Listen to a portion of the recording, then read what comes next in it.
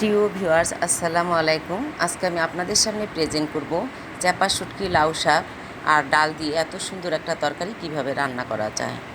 দেখুন ভিউয়ার্স, আমি লাউ শাক এবং চ্যাপা শুটকি রান্নার জন্য চুলে একটা প্যান বসিয়ে রেখেছিলাম। প্যানটা গরম হয়ে আসছে। এই পর্যায়ে আমি পরিমাণ মতো সর্ষের তেল দিয়েছি। তেলটা গরম হয়ে আসছে। এখন আমি সামান্য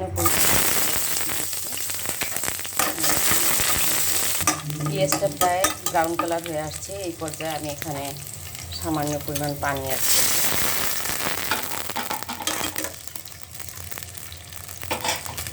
এখন এই পানির মধ্যে দেখুন আমি কিছু মশলা রেখেছি, আদা বাটা, কাঁচামরিচ, হলুদ গুঁড়া আর মরিচ গুঁড়া হাফ চামচ করে, আর পরিমাণ মতো লবণ।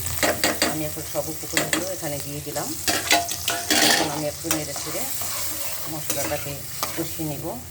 চাপা শুটকি ধুয়ে রেখেছিলাম 4টার মতো। এখন শুটকিগুলো আমি এখানে দিয়ে দিব। দিয়ে আমি শুটকিগুলোকে ভালোভাবে নেড়ে ছেড়ে মশলার সাথে কষিয়ে নিব, যাতে কাঁচা গন্ধ না থাকে। দেখুন ভিউয়ার্স, আমার মশলাটা কষা হয়ে গিয়েছে। আর দেখুন আমি যে চাপাগুলো দিয়েছিলাম, চাপাগুলো কিন্তু একবারে গলে গিয়েছে। যদি ভালো চাপা হয় তাহলে অবশ্যই গলে যাবে। তো আপনারা ভালো চাপাটা নেওয়ার চেষ্টা করবেন, তা না হলে কিন্তু যদি পুরনো চাপা হয় সেক্ষেত্রে কিন্তু শক্ত হয়ে থাকবে।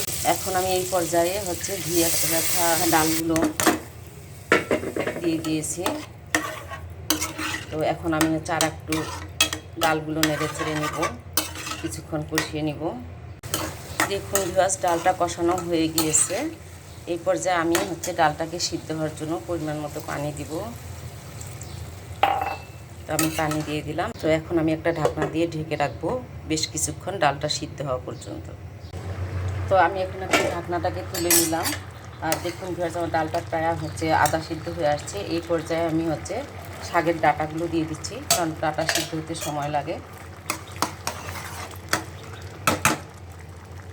তো এখন আমি আরও বেশ কিছুক্ষণ ঢেকে রাখবো ডাঁটাগুলো সিদ্ধ হওয়ার জন্য। ভিউয়ার্স, আমি ঢাকনাটাকে আবারও তুলে নিলাম। আর এই পর্যায়ে দেখুন ডাঁটাটা প্রায় সিদ্ধ, আধা সিদ্ধ হয়েছে। এখন আমি যে শাকের পাতাগুলো দিয়ে দিব, কারণ এই পাতাগুলো তাড়াতাড়ি সিদ্ধ হয়ে যায়। আমি ডাঁটার সাথে যদি পাতাগুলো দিতাম তাহলে এগুলো সিদ্ধ হয়ে গলে যেত এবং খেতে ভালো লাগতো না। তো এই জন্য শাকটা সবসময় পরে দিতে হবে। তো আমি আরও কিছুক্ষণ ঢেকে রাখবো শাকটাকে সিদ্ধ হওয়ার জন্য। তো দেখুন ভিউয়ার্স, আমি ঢাকনাটাকে আবারও তুলে নিলাম। আর দেখুন এই পর্যায়ে আমি আপনাদেরকে দেখিয়ে দিচ্ছি শাকগুলো সিদ্ধ হয়ে গেছে, ডাঁটাগুলো খুব ভালোভাবে সিদ্ধ হয়েছে। তো দেখুন ভিউয়ার্স, আমার রান্নাটা কমপ্লিট হয়েছে। শাক এবং ডাঁটা দুটোই খুব সুন্দরভাবে সিদ্ধ হয়েছে। এই পর্যায়ে আমি এখন চুলাটাকে অফ করে দিব। তারপর আপনাদেরকে পরিবেশন করে আমি দেখিয়ে দেব। তো দেখুন ভিউয়ার্স, আমি তরকারিটা পরিবেশন করে দেখাচ্ছি। লাউ শাক দিয়ে চ্যাপা শুটকি। তো দেখুন ভিউয়ার্স, কতটা সুন্দর হয়েছে, আর কালারটাও খুবই সুন্দর লাগছে।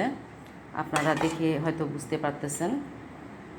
তো ভিউয়ার্স, চাইলে আপনারা এভাবে রান্না করে খাবেন।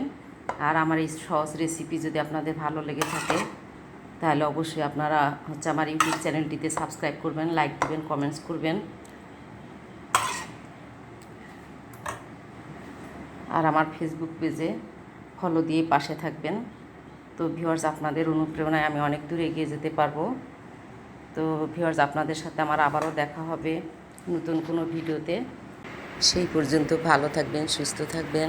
আল্লাহ হাফেজ।